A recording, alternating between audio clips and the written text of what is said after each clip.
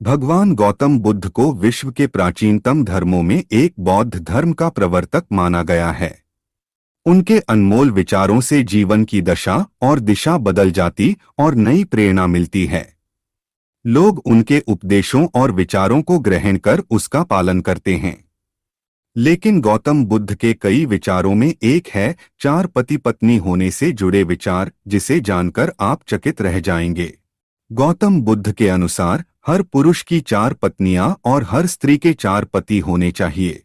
लेकिन आखिर उन्होंने ऐसा क्यों कहा और इसके पीछे का कारण क्या है, इसका जवाब आपको इस कहानी में मिलेगा। गौतम बुद्ध द्वारा सुनाई कहानी। एक व्यक्ति की चार पत्नियां थीं।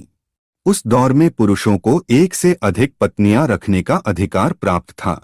व्यक्ति का जीवन अपनी पत्नियों के साथ अच्छा चल रहा था, लेकिन कुछ समय बाद व्यक्ति शारीरिक परेशानियों से घिर गया और काफी बीमार पड़ गया। बीमारी इतनी जटिल थी कि ठीक होने के बजाय दिन ब दिन स्थिति खराब होती जा रही थी।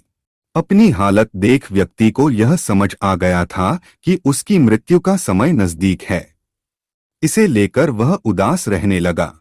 पहली पत्नी का जवाब। एक दिन उसने पहली पत्नी से कहा, प्रिय, मेरी मृत्यु नजदीक है। मैं जल्द ही अपने शरीर का त्याग कर संसार से मुक्त हो जाऊंगा, लेकिन मैं अकेले नहीं जाना चाहता हूँ। मैंने हमेशा तुमसे प्रेम किया और आज भी करता हूँ।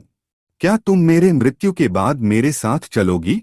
यह सुनते ही पत्नी खामोश हो गई और अंत में उसने हिम्मत जुटाते हुए पति से कहा, स्वामी, मैं जानती हूँ कि आप मुझसे बहुत प्रेम करते हैं और मैं भी आपसे उतना ही प्रेम करती हूँ, लेकिन आपकी मृत्यु के साथ हमारे अलग होने का भी समय आ गया।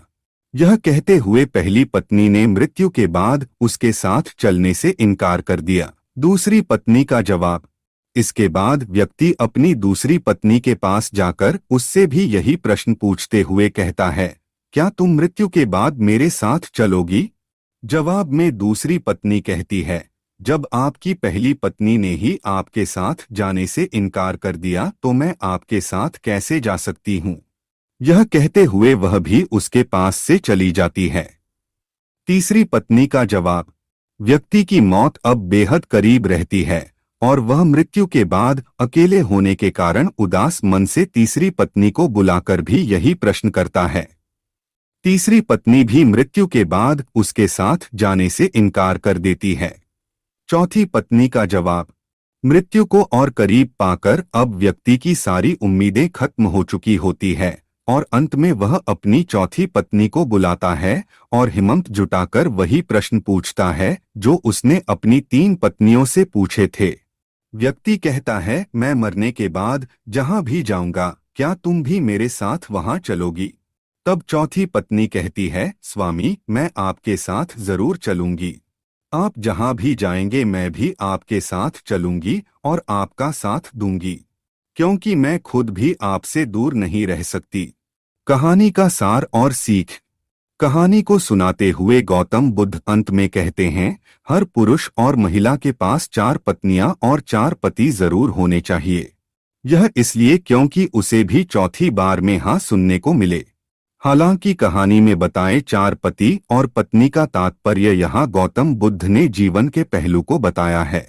गौतम बुद्ध के अनुसार इस कहानी में पहली पत्नी हमारा शरीर है, जो मृत्यु के बाद हमारे साथ नहीं जा सकती।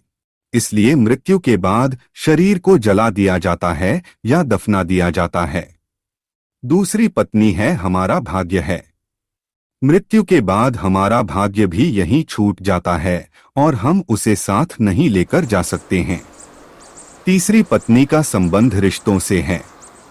मृत्यु के बाद रिश्ते नाते सभी यहीं छूट जाते हैं और हम चाहकर भी इसे अपने साथ नहीं लेकर जा सकते हैं।